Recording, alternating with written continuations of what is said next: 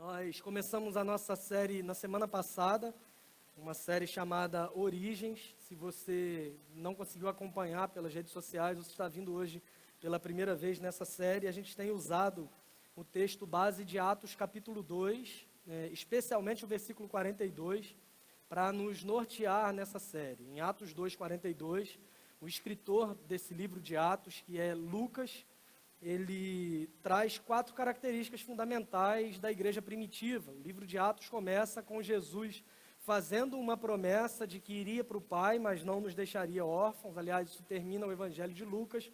E o livro de Atos, que é a continuação do Evangelho de Lucas, começa com Jesus dizendo para os discípulos que eles seriam revestidos do poder do Espírito Santo. Jesus fala para os seus discípulos o seguinte: vocês receberão poder quando descer sobre vós o Espírito Santo. E a consequência natural dessa descida do Espírito Santo é a seguinte: vocês serão minhas testemunhas, tanto em Jerusalém, como em toda a Judéia e Samaria e até os confins da terra. Em Atos, no capítulo 2, o povo está orando e de repente o Espírito Santo vem, no que nós conhecemos como dia de Pentecostes, o que foi um evento único na história da igreja, não vai voltar a acontecer. Não sei se você já cantou uma música que fala: vem como em Pentecostes e enche-me de novo. Eu lamento te dizer, isso não vai ocorrer. Foi um evento único na história da igreja. E logo após a descida do Espírito Santo, a primeira coisa que o apóstolo Pedro faz é pregar. Ele prega o evangelho, ele começa a relacionar profecias que o povo judeu conhecia, que estavam especialmente no livro do profeta Joel, e ele fala sobre o cumprimento dessas profecias. O texto bíblico vai narrar no verso 41, dizendo que só naquele dia houve um acréscimo de mais ou menos 3.000 pessoas. O que isso quer dizer? Fizeram uma assembleia lá e receberam 3.000 novos membros de uma vez só. As pessoas ouviram o evangelho, compreenderam o evangelho, foram batizadas e se tornaram agora novas discípulas de Cristo Jesus. No verso 42, então, que é o norte da nossa série, ele vai dar características dessa igreja primitiva, quando ele diz o seguinte: perseveravam juntos na doutrina dos apóstolos, na comunhão, no partir do pão e nas orações. A proposta da nossa série é falarmos um domingo sobre cada uma dessas características. Semana passada falamos sobre a importância de compreendermos a doutrina dos apóstolos, que não é simplesmente algo teórico, mas é o que embasa a nossa prática como igreja. E hoje a gente vai falar um pouco sobre comunhão. Antes disso, só confessar um pecado para os irmãos: eu passei grande parte da minha vida achando que Atos era o nome de um personagem bíblico. Eu passei boa parte da minha vida, da infância. Isso se deve ao fato de que no bairro onde eu morava tinha um menino um pouco mais velho que eu, e o nome dele qual era?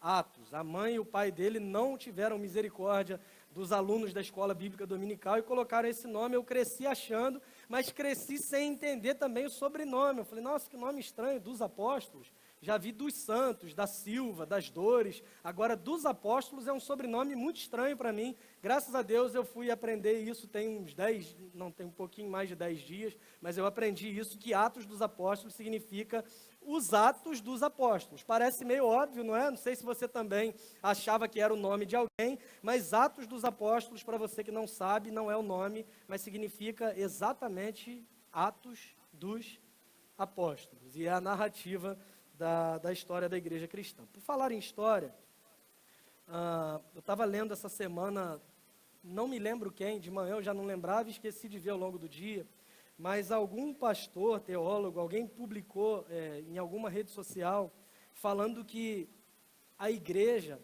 às vezes, fica nessa busca de poder político, poder religioso, mas ao longo da história da igreja, na época que ela deu o melhor testemunho, não era quando ela estava próxima do poder, mas era quando ela era totalmente perseguida. Se você parar para olhar a história da igreja, você vai ver que nos períodos de maior perseguição, são os períodos em que o Espírito Santo parece que sopra para o seu povo, na direção onde eles têm que caminhar.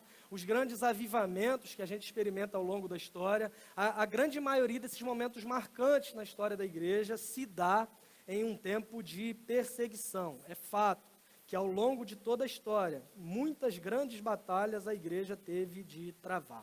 A mais recente delas, e a que a gente enfrenta de forma muito clara nos nossos dias, é sobre a natureza das Escrituras. Nós vivemos em uma era que os especialistas chamam de modernidade líquida, hipermodernidade, outros chamam de pós-modernidade. Não sei se você já ouviu algum desses termos, mas a característica mais marcante dessa época que nós vivemos e da nossa cultura é que normalmente se nega a existência de qualquer verdade que seja absoluta. As pessoas costumam dizer que não há mais uma verdade absoluta, não há mais um conceito de verdade no qual você possa confiar. O que há são várias verdades. Eu não consigo entender isso, como verdades que são totalmente excludentes podem ser chamadas também de verdade, mas as pessoas dizem que cada ser humano tem a sua própria verdade. Cada ser humano pode definir qualquer coisa do jeito que ele bem quiser, porque não há absolutos e não há verdade que seja absoluta. Aí você imagina o nosso papel enquanto igreja de pregar a palavra de Deus, crendo que essa é a revelação do próprio Deus, que é o modo pelo qual Deus decidiu se mostrar para o seu povo, que é simplesmente a verdade, porque Jesus diz ser a verdade, nele não há mentira alguma, e nós acreditamos que a palavra de Deus é a verdade, e temos que combater o tempo todo essa falsa ideia de que não há mais verdade absoluta, de que não tem nada que nós possamos confiar como sendo puramente a própria verdade. A maior tristeza que eu tenho em relação a isso é que esses ataques não têm vindo somente de fora, mas eles têm vindo principalmente de dentro. Pessoas que se dizem cristãs, que acreditam em Jesus, que dizem crer nas Escrituras, mas creem simplesmente em algumas partes que lhes agrada e descartam outras. Se não me engano, Agostinho de Hipona que falava isso: se você crê em algumas partes da Bíblia e não crê em outras, não é na Bíblia que você crê, mas é em si mesmo. E as pessoas têm tentado aplicar esse conceito de ausência de verdade absoluta também no que nós entendemos que é a palavra de Deus, na qual não há falha, não há erro, e essa batalha tem estado conosco ao longo da maior parte dos 2 últimos séculos, pelo menos. Quando eu falo tem estado conosco ao longo dos 2 últimos séculos, obviamente eu estou falando da história da igreja. Eu não tenho 200 anos de idade, tem alguém aqui que está um pouco perto disso, não vou falar quem é, porque Flávio não gosta dessas brincadeiras, mas desde que a banda Dulos foi criada, em 1822, mais ou menos, a igreja tem enfrentado essa grande batalha, que é uma batalha pela natureza das Escrituras como sendo a palavra de Deus. Se você pegar a história da igreja e for andando um pouco para trás, você vai perceber que antes disso, a batalha que era travada era uma batalha pela natureza da própria igreja, porque desde o período histórico que a gente conhece como Idade Média, até a Reforma Protestante, a igreja ela era confrontada com a tarefa de definir o que era a própria igreja. Quem realmente está salvo? Quem faz parte do corpo de Cristo? Como alguém pode ser salvo? É pelos seus próprios méritos? É pelo que Jesus fez? É uma mistura de uma coisa com a outra? Como que alguém se torna membro da verdadeira igreja de Cristo? O que determina qual é a verdadeira igreja de Cristo? É o aval do Estado? Isso é outorgado, essa autoridade é dada por quem? Pelo Império? Como que funciona isso? E essas batalhas foram travadas, inclusive, na época da Reforma Protestante. A igreja, por toda a história, ela vem travando grandes batalhas, ela tem que travar grandes batalhas para demonstrar a natureza das Escrituras, a natureza da própria igreja, e desde o início tem sido assim. Pouco antes disso, durante os primeiros séculos da igreja, a luta era pela pessoa e obra de Jesus Cristo. As grandes perguntas que eram feitas eram as seguintes: mas quem foi Jesus? Ele era realmente Deus? Ele era realmente humano? Como é que essa história de que ele era Deus e homem ao mesmo tempo, para mim isso não faz muito sentido. Ele nasceu de uma virgem, se ele nasceu de uma virgem, como isso se deu? Eram os questionamentos que eram feitos bem nos primeiros séculos da igreja. Desde o início da igreja cristã, os falsos profetas têm tentado entrar na igreja, falsos ensinos têm sido propagados, procurando atrair novos crentes com meias verdades e teorias complicadas demais. Se a gente parar para pensar, o Evangelho é uma mensagem simples.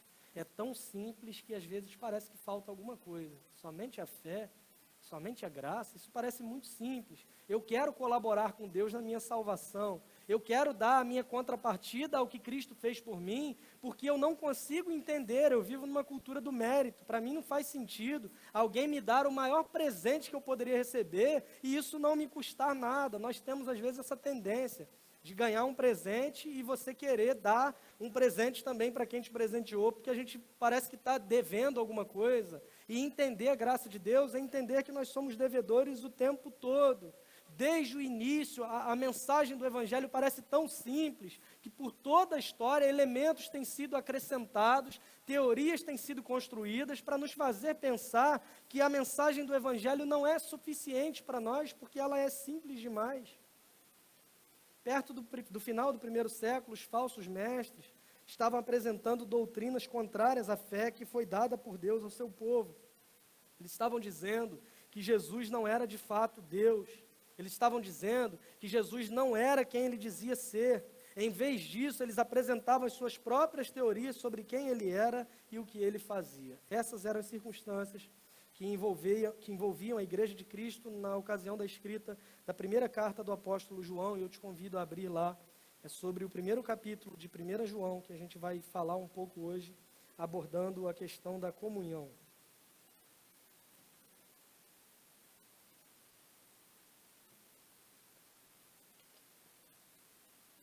É muito interessante que João, ele escrevendo sob a inspiração do Espírito Santo, ele responde a esse tipo de heresia, de falso ensino, mas a sua abordagem não é simplesmente teológica, a sua abordagem não é simplesmente intelectual.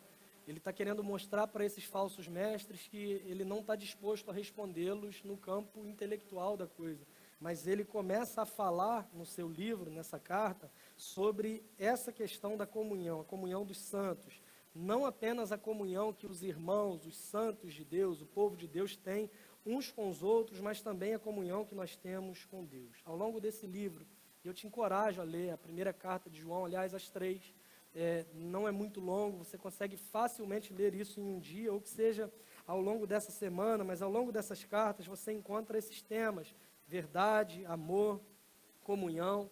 João está escrevendo para uma igreja sendo ameaçada por esses falsos ensinos, e ele está assegurando para essa igreja que eles podiam ter confiança na verdade na qual eles colocaram a sua fé. João nos diz que aqueles que vierem a conhecer a verdade viverão em amor, e ele fala sobre verdade e amor em termos de comunhão, a comunhão que temos com Deus e a comunhão que temos uns com os outros. Primeira carta de João, capítulo 1, versos 1 a 7, o texto vai ser projetado, mas se você puder, mantenha sua Bíblia aberta. A versão que eu leio é a Nova Almeida atualizada. O que era desde o princípio, o que ouvimos, o que vimos com os nossos próprios olhos, o que contemplamos e as nossas mãos apalparam a respeito do verbo da vida. E a vida se manifestou, e nós a vimos e dela damos testemunho, e anunciamos a vocês a vida eterna que estava com o Pai e nos foi manifestada. O que vimos e ouvimos, anunciamos também a vocês, para que também vocês tenham comunhão conosco. Ora, a nossa comunhão é com o Pai e com seu Filho, Jesus Cristo. E escrevemos essas coisas para que a nossa alegria seja completa. A mensagem que dele ouvimos e que anunciamos a vocês é esta: Deus é luz e não há nele treva nenhuma. Se dissermos que mantemos comunhão com ele e andarmos nas trevas, mentimos e não praticamos a verdade.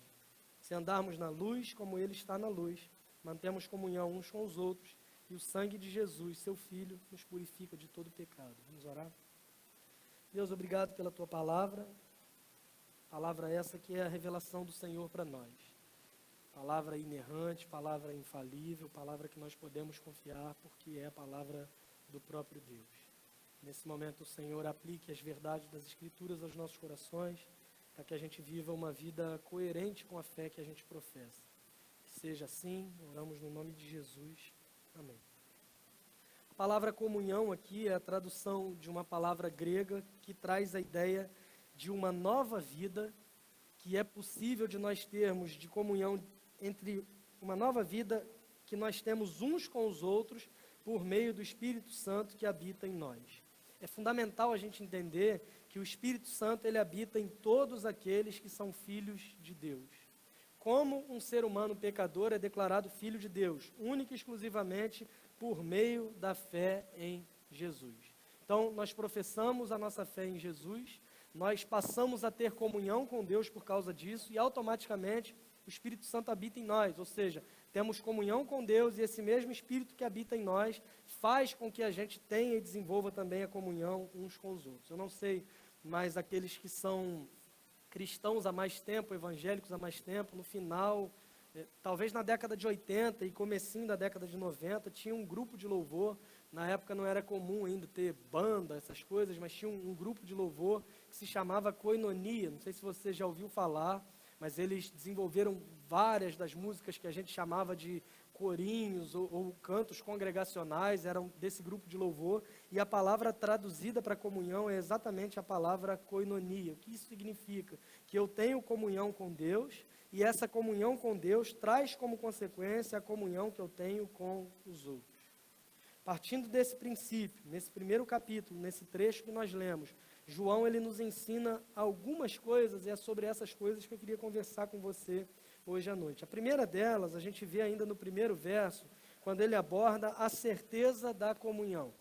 A comunhão, ela não é só possível, mas a comunhão ela é uma realidade para aqueles que são os discípulos de Jesus, e ela só é uma realidade por causa do próprio Jesus. Olha como ele começa a sua carta, quando ele diz o que era desde o princípio, o que ouvimos, o que vimos com os nossos próprios olhos, o que contemplamos e as nossas mãos apalparam, a respeito do verbo da vida. João começa falando sobre Jesus, e ele se refere a Jesus como sendo o verbo da vida, a palavra do próprio Deus. Lembre-se que esse mesmo João é o que escreveu o Evangelho segundo João, obviamente, e ainda no Evangelho ele começa falando também sobre o verbo de Deus. No princípio era o verbo, e o verbo estava com Deus, e o verbo era Deus. E ele começa a trazer características sobre Jesus, que é o próprio verbo de Deus. Quando ele diz que ele é desde o princípio, ele sempre existiu, todas as coisas foram criadas por meio dele, sem ele nada do que foi feito teria sido feito. Ele se manifestou entre nós, ele veio até nós, ele assumiu a figura humana e nós pudemos vê-lo cheio de graça e de verdade. Ele começa o seu evangelho falando sobre o verbo da vida, e ele começa a sua carta se referindo a Jesus do mesmo modo. Muito provavelmente, esses irmãos que receberam essa carta tinham contato também com o evangelho de João, e ele quer aqui reafirmar a divindade de Cristo. Eu estou falando com vocês agora sobre o mesmo Jesus de quem eu falava lá quando eu estava narrando os acontecimentos lá no Evangelho, e eu quero que vocês entendam, e eu quero que vocês tenham a certeza que a comunhão que vocês têm com Deus, ela se dá por meio do Filho. Eu quero que vocês entendam que, a despeito de qualquer falso ensino que tentam passar para vocês, a despeito de qualquer falso ensinamento que tem sido propagado no seio dessa igreja, eu quero que vocês compreendam de uma vez por todas o seguinte: Jesus é quem ele diz ser. Pelo fato de Jesus ser exatamente quem ele diz ser, ele pode fazer aquilo que ele disse que faria. E eu queria que você parasse para pensar também que os primeiros cristãos, esses destinatários iniciais dessa carta do apóstolo João, eles não tiveram o benefício que nós temos de 2000 anos de estudo. O Novo Testamento ainda estava sendo escrito. Embora muito dele já tivesse sido escrito em pergaminho, isso não era publicado como nós entendemos hoje em termos de publicação. Não tinha promoção de Bíblia, eles não tinham acesso. Aliás, isso é muito novo em termos históricos, isso é uma conquista da Reforma Protestante, porque até então as missas eram celebradas em uma língua que o povo sequer conseguia compreender. Lutero é quem traz esse conceito e essa ideia e imprime a Bíblia na língua do povo para que a gente pudesse ter acesso ao que está escrito. Imagina esses irmãos, esses primeiros cristãos. A única escritura que eles tinham, além do Antigo Testamento, eram aquelas cartas que eram lidas para eles na forma de cartas circulares que eram escritas pelos apóstolos. Nesse tipo de ambiente, começava a ser difundido e propagado falsos ensinos. E é um ambiente muito fácil e propício para que esse ensino falso comece a introduzir doutrinas falsas, e como consequência de doutrinas falsas, as práticas também comecem a ser incoerentes com o que a palavra de Deus nos ensina. Um desses novos evangelhos que atormentou a igreja primitiva foi uma doutrina conhecida como gnosticismo. A gente falou um pouco sobre isso na carta aos Colossenses, na série que a gente fez, porque estava entrando também na mesma igreja. O que era isso? Os gnósticos, eles pregavam que o conhecimento é um fim em si mesmo. Ou seja, quanto mais você conhece, mais você está próximo de Deus. Quanto maior a sua capacidade intelectual, maior a sua proximidade com Deus. Quanto maior o seu nível intelectual, a sua capacidade cognitiva, quanto mais você for inteligente, mais próximo você está de Deus, porque o conhecimento de Deus é algo meramente intelectual. Eles pregavam isso. Um outro ponto que eles pregavam é que a matéria é totalmente má, que o corpo ele é dividido em parte material e parte imaterial. A parte imaterial é essencialmente boa e a parte material é essencialmente má. Parece um simples detalhe, mas com essa afirmação, eles negavam verdades que nos são caras e que são centrais para a nossa fé. Se a matéria é essencialmente má, como Deus veio até nós em um corpo de carne, de matéria, se a matéria é má em si mesma? Com essa simples afirmação, eles negavam, por exemplo, o nascimento virginal de Jesus. Se a matéria não presta, se a matéria é essencialmente ruim, qual a possibilidade do próprio Deus ter assumido um corpo material? Eles negavam o nascimento virginal, negavam as tentações e dores que ele enfrentou e negavam, inclusive, a ressurreição corporal. Para essas pessoas, Jesus era uma espécie de espírito que aparecia, uma alma penada, uma espécie de holograma, um espírito que não possuía um corpo físico propriamente dito. Por isso, nessa frase de abertura dessa carta, João afirma, em termos inequívocos, que Jesus, o verbo da vida, era quem ele dizia ser. E ele não está falando agora sobre teorias, sobre conspirações, sobre aspectos intelectuais, mas ele apela para o próprio testemunho quando ele diz o que era desde o princípio, o que ouvimos. Eu estou falando de alguém que nós conseguimos ouvir. Eu estou falando de alguém que nós conseguimos ver com os nossos próprios olhos, nós contemplamos, as nossas mãos apalparam. Eu não estou falando de uma realidade distante, eu estou falando de alguém do qual eu testemunhei a própria vida. Eu acompanhei a própria vida. Eu estou garantindo para vocês que Jesus é de fato quem ele diz ser, o verbo encarnado de Deus. Ele é uma pessoa real. Eu consegui ouvir, eu consegui ver, eu consegui apalpar, eu tive contato com ele. João está falando com propriedade, porque ele é uma testemunha ocular e ele tem autoridade apostólica. A primeira coisa, antes de qualquer teoria ser apresentada para esses irmãos, ele deseja que não haja nenhum engano, nenhum mal entendido de que ele pessoalmente sabia sobre quem Jesus era e ele não queria que houvesse engano sobre quem era. Eu quero que vocês compreendam que eu não estou falando de alguém que eu não conheço, de uma realidade distante, eu estou falando de Jesus, de alguém que eu vi, de alguém que eu ouvi, de alguém que eu contemplei, observei a vida, as minhas mãos tocaram. Eu quero que vocês compreendam que, ao contrário dos falsos ensinos que têm sido apresentados para vocês, eu quero que vocês percebam que a mensagem do Evangelho que vocês ouviram, que a mensagem de salvação que vocês ouviram é a própria verdade. João está dizendo, em outras palavras, eu digo para vocês sem sombra de dúvida, Jesus é quem ele afirma ser. Nós o tocamos pessoalmente com as nossas mãos, o vimos com os nossos olhos, o ouvimos com nossos ouvidos, observamos enquanto vivemos com ele. Ele está testemunhando a autenticidade da mensagem apostólica.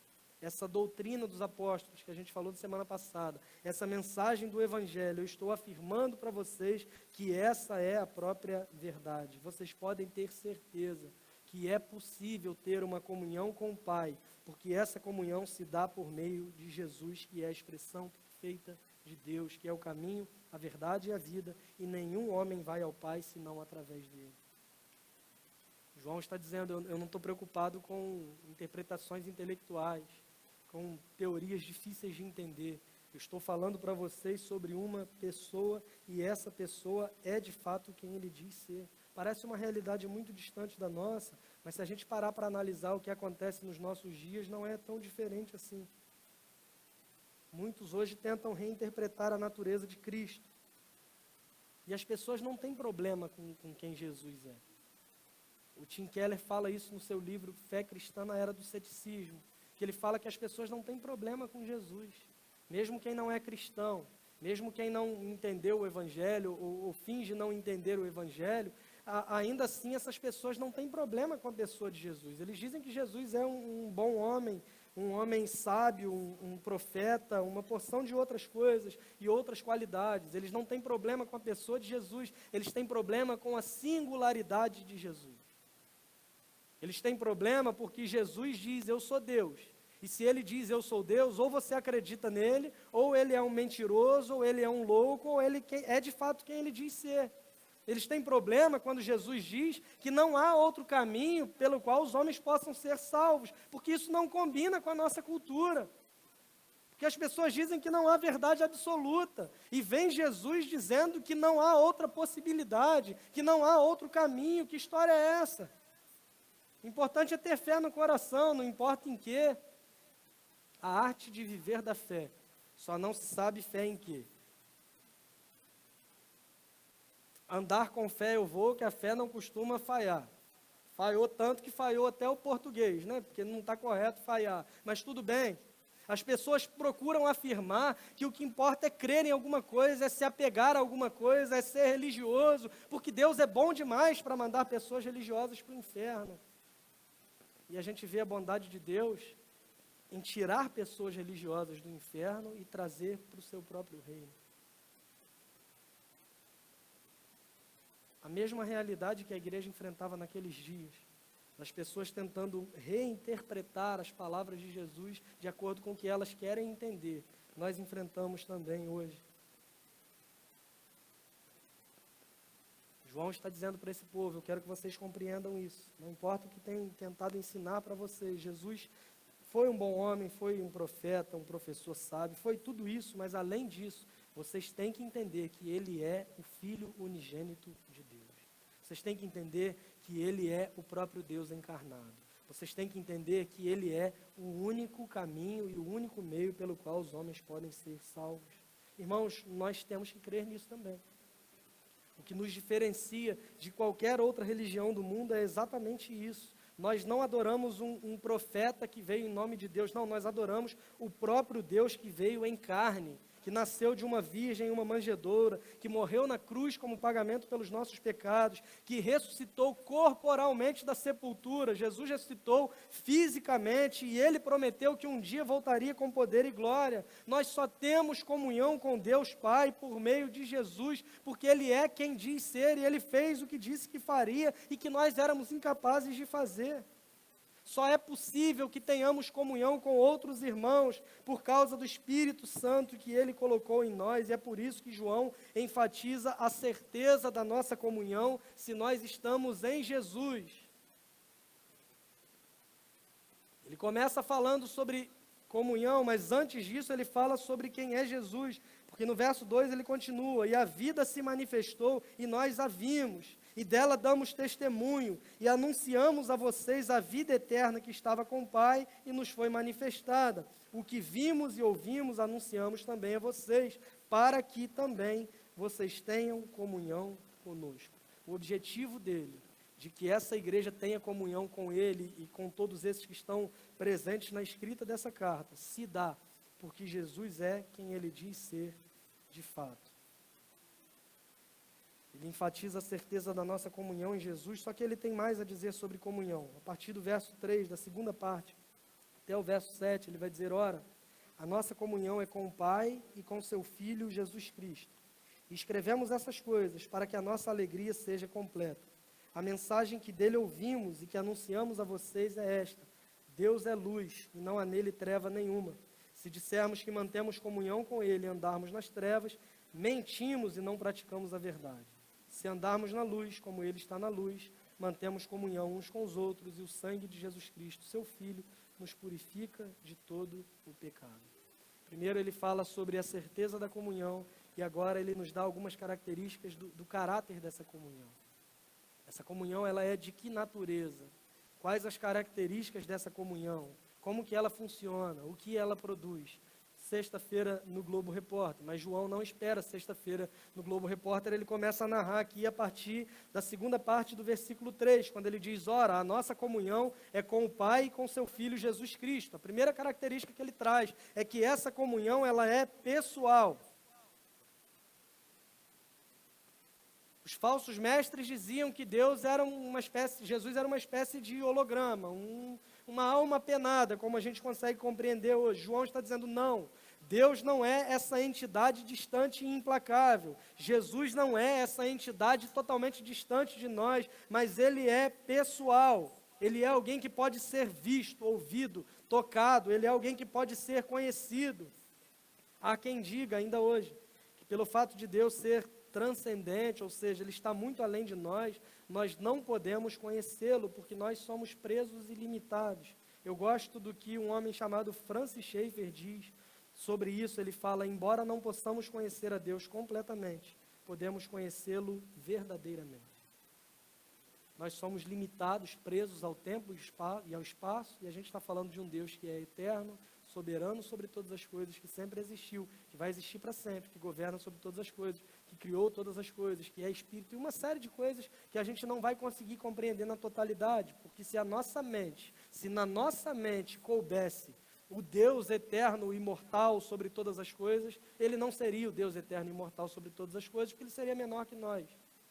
Mas embora a gente não consiga conhecê-lo de forma completa, nós podemos conhecê-lo de forma verdadeira, porque esse conhecimento que temos de Deus não é baseado na nossa capacidade intelectual, não é baseado nos nossos méritos, mas é baseado no fato de que Ele mesmo se revelou a nós e Ele fez isso na pessoa do seu Filho Jesus Cristo.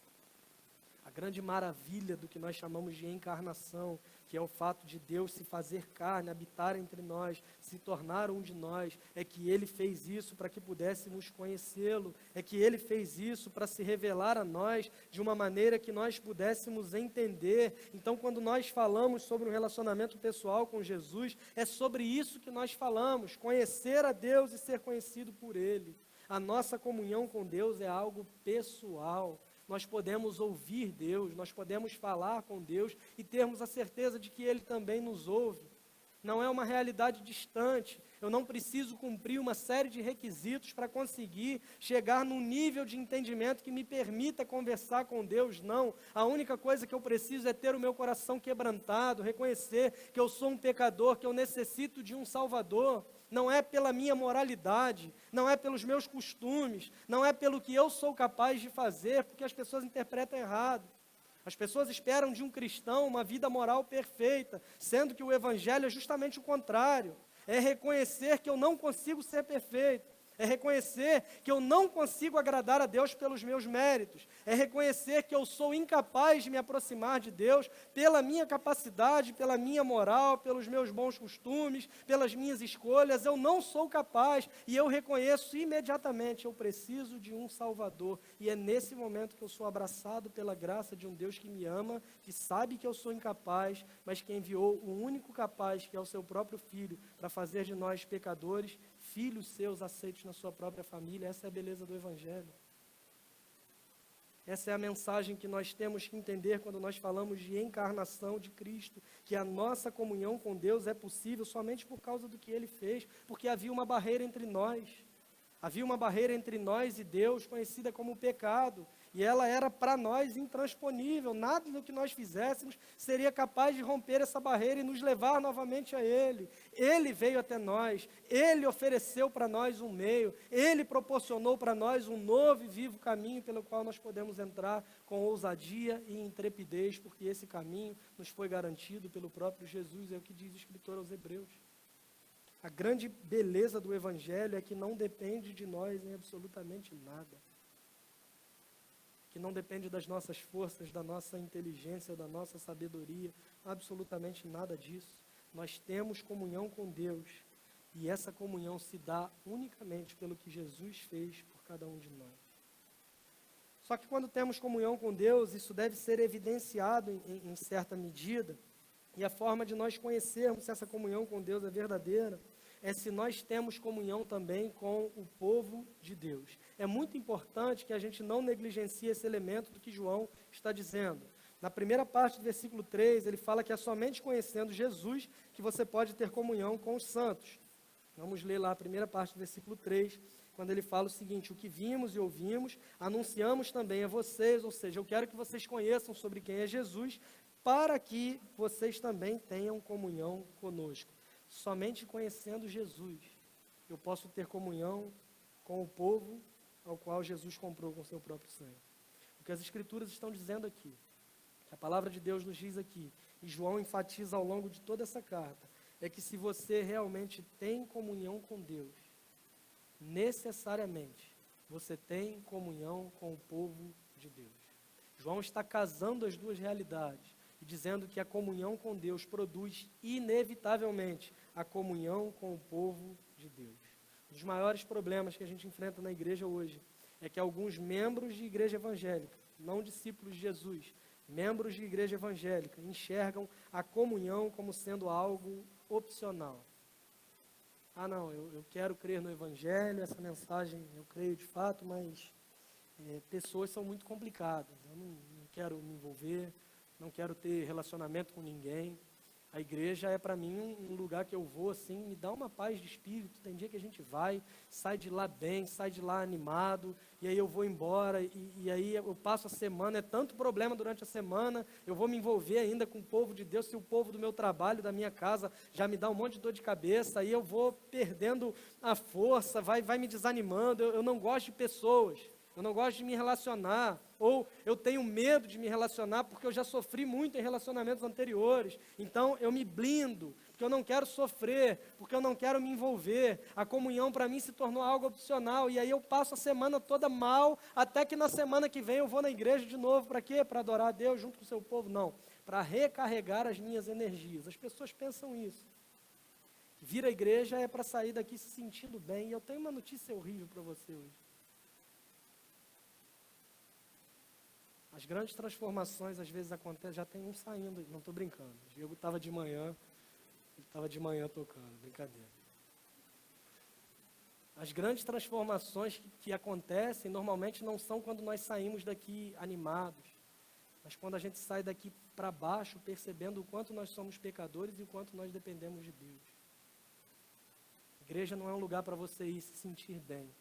Igreja é um lugar para você ir se reunir com o povo de Deus e adorá-lo, porque Ele é digno do nosso louvor e da nossa adoração.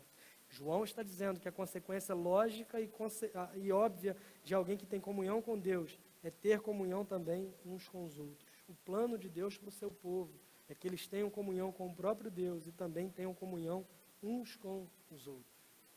Uma coisa não anula a outra. Eu não escolho, ou eu tenho comunhão com Deus, ou eu tenho comunhão com o povo de Deus. Não, uma coisa complementa a outra. Se eu tenho comunhão com Deus e se ela é verdadeira, isso vai me levar a uma vida de comunhão com o meu próximo. Na verdade, o próprio João nos diz em seu evangelho, no capítulo 13, é por meio disso que os homens saberão que vocês são meus discípulos. Jesus dizendo, se vocês têm amor uns pelos outros. E o amor só é possível ser vivenciado, experimentado em qualquer relacionamento. É impossível alguém amar sozinho.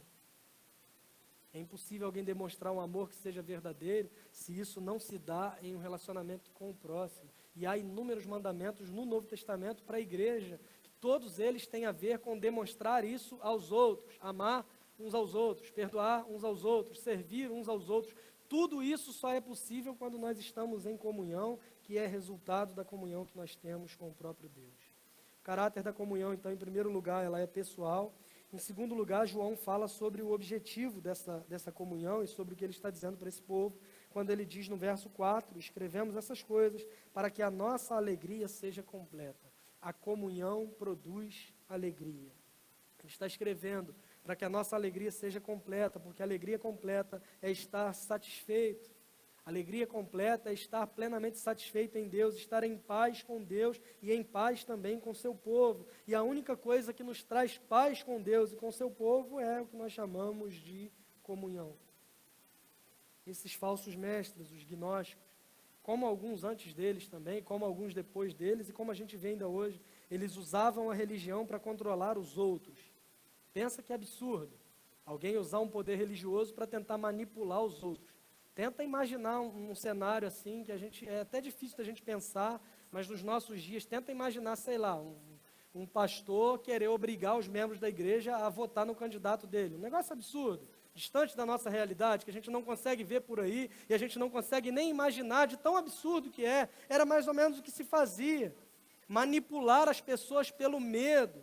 Dizer que se você não cumprir a minha cartilha de regras, e não o que a Bíblia diz, mas o que eu determino, você está no inferno, porque eu uso o poder religioso que eu tenho para manipular e controlar o outro. Esses homens tinham um esquema bem elaborado de conhecimento secreto, que era preciso conhecer cada vez mais para subir na escada espiritual. Mas era conhecer a Deus? Não, era conhecer aquilo que eles ensinavam. A comunhão deles era sectária, exclusiva e elitista.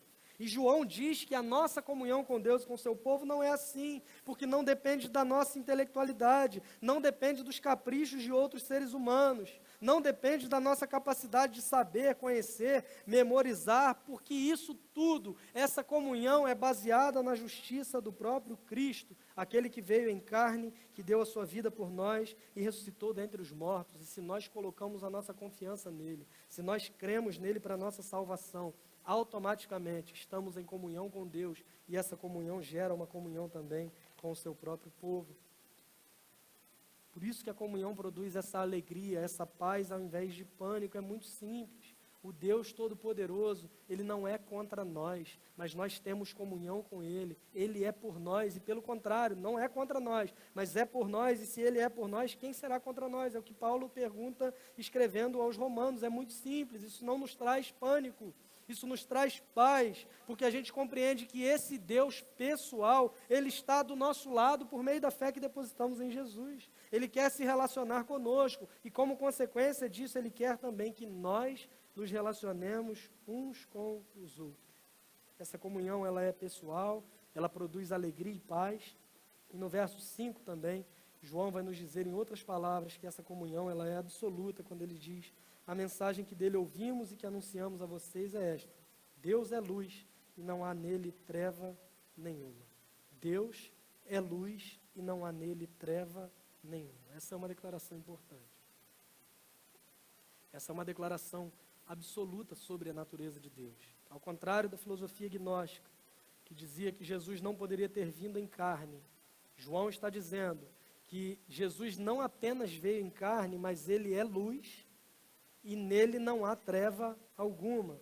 Ao dizer isso, ele não está apenas contradizendo essa filosofia gnóstica, mas ele está também atacando a maneira como esses homens viviam. Não sei se vocês lembram, na semana passada, a gente falou sobre a importância de ter o conhecimento de Deus, de uma doutrina sadia, porque é o conhecimento de Deus, é a doutrina sadia, é a teoria, é o conhecimento da palavra de Deus que nos leva a boas práticas, que uma coisa não está separada da outra, mas uma é consequência da outra. Um falso ensino, uma falsa compreensão de Deus vai te levar necessariamente a uma prática que não condiz com o que a Bíblia quer que você tenha. Por exemplo, esses homens que criam que a matéria era má, como se dava a prática deles? Alguns flagelavam o próprio corpo, porque o corpo é mau, o corpo é ruim. Então eu tenho que destruir esse corpo, porque esse corpo não presta. Uma forma mais recente de autoflagelação, que a gente conhece, se chama CrossFit. Não sei se você já ouviu falar sobre isso. Meu corpo não presta, eu não estou satisfeito, eu tenho que destruir isso de qualquer jeito. E os outros pensavam o seguinte: bom, já que o corpo é mau, ele já é ruim, qualquer pecado que eu cometer no meu corpo, Deus não vai se importar, ó glória. Porque o meu corpo já é mau em essência. O meu corpo já é ruim em essência, então Deus não está preocupado com os pecados que eu tenho no meu próprio corpo. Eu posso praticar qualquer tipo de pecado desde que ele não afete o meu espírito. Essa era a prática desses homens, que era uma consequência natural de um ensino falso que eles tinham recebido e abraçado. Agora considera como essa verdade funciona também na época que nós vivemos hoje, em que as pessoas dizem não haver verdade absoluta. E João está dizendo: Deus é luz e não há nele treva alguma. Ele está fazendo de novo uma declaração absoluta sobre a natureza de Deus. Ao contrário do que outros possam dizer, eu estou afirmando que Deus é luz e nele não há escuridão nenhuma. Dito isso, se você tiver comunhão com Deus, a consequência natural na sua prática de vida é que você não vai andar nas trevas, mas você vai andar na luz, porque Deus está na luz. Se Deus está na luz, se eu tenho comunhão com Deus, obviamente, eu vou estar no mesmo lugar onde Deus está. Em outras palavras, a comunhão com Deus significa que isso vai gerar uma mudança na maneira como você vive. Porque havia naquela época, assim como hoje, muitos que afirmavam estar em comunhão com Deus, mas cujas vidas não refletiam uma mudança. Pessoas que professavam a fé em Jesus, mas viviam em trevas. Pessoas que professavam uma fé, que se diziam crentes em Cristo Jesus, mas viviam uma vida totalmente diferente daquilo que eles professavam. A esse, João se refere se dirige no versículo 6, quando ele diz assim: se dissermos que mantemos comunhão com Deus e andarmos nas trevas, mentimos e não praticamos a verdade. É impossível alguém que diz ter comunhão com Deus e anda nas trevas, e anda distante de Deus. É impossível você professar uma fé e viver uma vida que não seja condizente com a fé que você professa. É impossível se você tem comunhão verdadeira com Deus, porque acontecer isso a gente sabe que é possível, é real, e a gente percebe isso em muitas situações, mas o que João está dizendo é que esse é um caminho de mentira e é um caminho distante da verdade, logo é um caminho distante de Deus. E ele dá o contraponto disso, concluindo esse trecho no verso 7, quando dizemos: se andarmos na luz, como ele está na luz, mantemos comunhão uns com os outros, e o sangue de Jesus, seu Filho, nos purifica de todo pecado. Quem tem comunhão com Deus anda na luz. Quem tem comunhão com Deus tem comunhão com o próximo. Quem tem comunhão com Deus tem os pecados perdoados, porque só é possível ter comunhão com Deus se essa barreira do pecado não existir mais entre mim e Deus. Se essa barreira do pecado não for mais uma realidade que me impeça de ir até Ele. E isso só é possível por meio do Evangelho.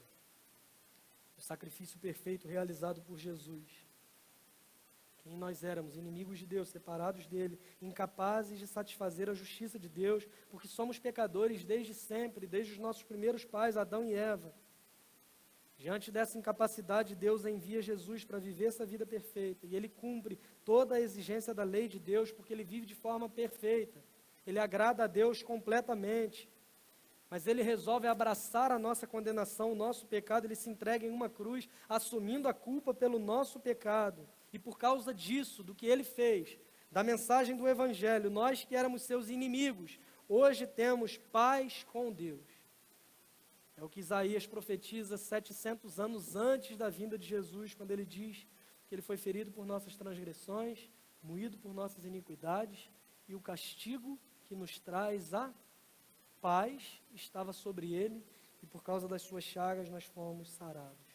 Pelo que Jesus fez por nós e nós éramos incapazes de fazer.